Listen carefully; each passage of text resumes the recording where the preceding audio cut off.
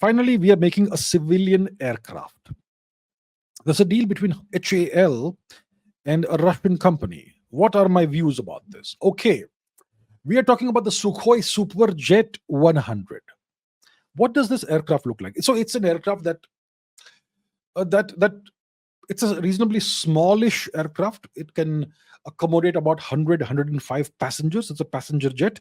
What does it look like? Let's quickly take a look at that. Let's go to our friend Google and Google the Sukhoi Superjet 100. Sukhoi Superjet 100. What's it look like?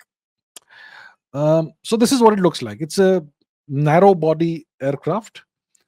Passengers about 100-ish, I would say. And it is a twin jet aircraft.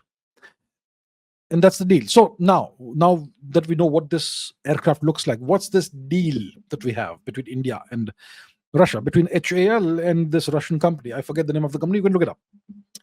The deal is that India will manufacture between 75 to 100 of these aircraft in India. So what kind of manufacturing is the question? What kind of manufacturing? Are we going to import kits and assemble those in India with screwdrivers? Not quite. We're going to actually manufacture the aircraft in India. We're going to manufacture various components and parts of the aircraft, like the body of the aircraft, various systems of the aircraft. All of these will be locally manufactured in India. So we are essentially manufacturing the majority of the aircraft in India itself. We'll procure the raw materials and create and manufacturing everything in-house with a license from Russia. So licensed production. But the jet engines won't be manufactured in India. Those will come from Russia. And these are Russian. It's an advanced version of the previous jet engine they were using. So what this will do is that it will give us an aircraft that has nothing that's manufactured in the West or coming from the West. So in the case of the West in the future, imposing restrictions, sanctions, whatever on India, we're going to be able to have these aircraft that are non-Western. So for example, if you are using Boeings or Airbuses or whatever, if the US decides, they can stop supplying spare parts for servicing and whatnot to India. In that case, we have to ground our fleets, right? See, Airbus is a French company, but the US can arm twist the French. We know that very well. Even though France is the only nation in the EU and NATO that is way more sovereign than the others, a quasi-independent foreign policy and whatnot, but still.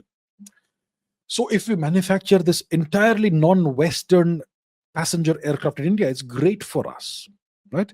So it will be, what is the range that it has? It's a range of about 3 to 4,000, maybe 4,500 kilometers, right? So that's good enough for India.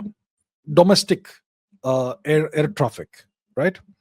Various second tier, third tier airports that we wish to connect through the Udan scheme, etc., will be able to cover these with these Sukhoi Superjets. So it's fantastic. It's, I think, the first time we will be manufacturing an aircraft almost entirely in India after many decades. So overall, it's fantastic, and that will give us a lot of technological know-how, and maybe in the future we can augment the aircraft, maybe with Russian permission, license, whatever, and produce a new family of aircraft based on this one, maybe larger aircraft with higher capacity, whatever. So I would say it's fantastic. I'm glad to see that this is happening finally, right? It's a very positive development for us. It's great for India-Russia relations. It's great for India's Atmanirbharta campaign. It's great for Indian manufacturing. It's great for India's commercial air sector and so much more. Overall, it's a fantastic deal.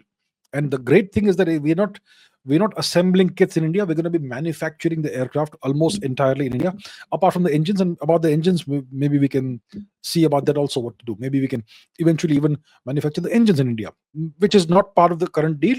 But even that could happen in the future. The doors of possibility are always open.